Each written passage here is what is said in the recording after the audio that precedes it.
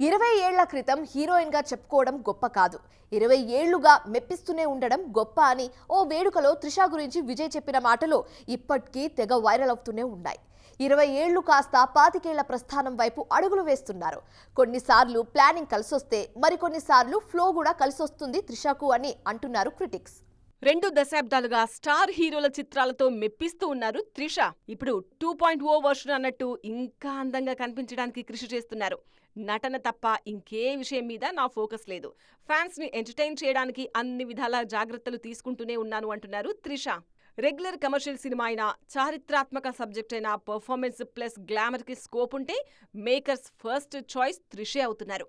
తన సినిమాల్లో త్రిషను back to back తీసుకోవడానికి రీజన్ కూడా అదే అని ఈ మధ్య రివీల్ చేశారు స్టార్ కెప్టెన్ మణిరత్నం. ఈ ఏడాది ఆల్రెడీ 1కి 4 సినిమాలతో పలకరించారు త్రిష. హిట్టు ఫ్లాప్లు సమానంగా తీసుకుంటానని చెప్తున్నారు ఈ లేడీ.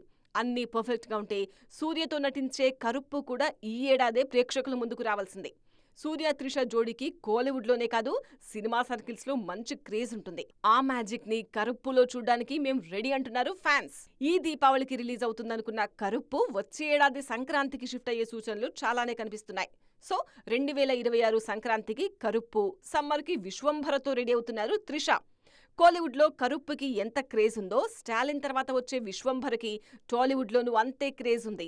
ఓవైపు సిల్వర్ స్క్రీన్ మీద సినిమాలు చేస్తూనే మరోవైపు ఓటీటీ ప్రాజెక్టులను కూడా డీల్ చేస్తున్నారు ఈ బ్యూటీ.